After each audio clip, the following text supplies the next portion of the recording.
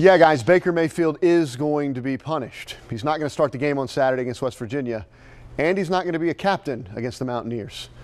This was his head coach right after he told us that decision. I don't know that I'll ever have a player that's as special to me as he is. And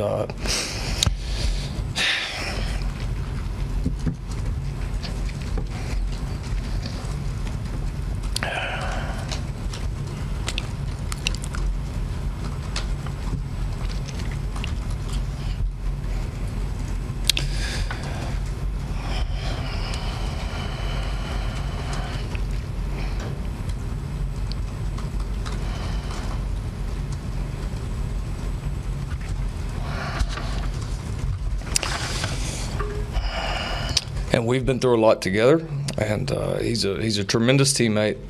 He's the best football player in America.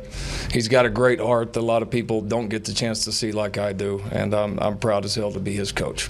Lincoln Riley extremely emotional this afternoon, and remember, Saturday is Baker Mayfield's last home game.